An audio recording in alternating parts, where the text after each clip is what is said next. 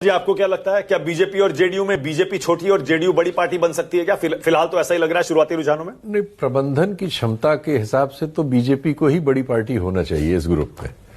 लेकिन अब भाई हमारे हाथ में नहीं, नतीजे तो बिहार की जनता देगी। हाँ। लेकिन जहां तक काबिलियत है चुनाव लड़ने की, और जिस तरह के आरोप भी लगे हैं उन पर उस काबिलियत के हिसाब से कि गृह मंत्री जो है वहां सीसीटीवी बंद करा के अफसरों की मीटिंग ले रहे थे, चुनाव आयोग के बारे में कहा जाता है कि पूरा उनकी जेब में ही है, और तमाम वोटरों के डिटेल्स हैं जो डबल वोटर हैं, दिल्ली से लेके बंगलौर तक के वोटर गए हैं, बिहार में वोट दिया है। ये सब ऑर्गेनाइज बीजेपी ही कर सकती है, ट्रेन से बसेस से लोगों को ले जाना। इसके बावजूद बीजेपी का अगर खराब होगा तो फिर तो पता नहीं क्या हो रहा है। लेकिन मुझे लगता है कि बीजेपी को इस ग्रुप में बड़ी पार्टी होना चाहिए। ओके संजीव, एक कमेंट करिएगा, अगर मान लीजिए जेडीयू और बीजेपी में जेडीयू बड़ी पार्टी बन जाती है, यानी पिछली बार के मुकाबले गेन करती है, बीजेपी लूज करती है, क्या यह संभव है? और अगर ऐसा होता है तो इसके पीछे वजह क्या होगी? विमेन, सीधी सी बात है, विमेन जब बाहर निकल के आ रही हैं तो वो जेडीयू के लिए आ रही है, उसका जो हेलो इफेक्ट है वो भारतीय जनता पार्टी पर भी पड़ेगा।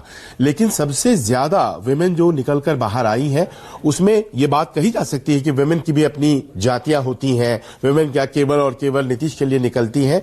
लेकिन आपको ये समझ में आएगी ग्राउंड लेवल पे कि ज्यादा से ज्यादा विमेन जो होती हैं अक्रॉस द कास्ट लाइन भी वो नीतीश के लिए वोट कर रही हैं, क्योंकि सुरक्षा और मदद, इमदाद, ये पर वो महिला बीजेपी के लिए वोट क्यों नहीं कर रही है संजीव?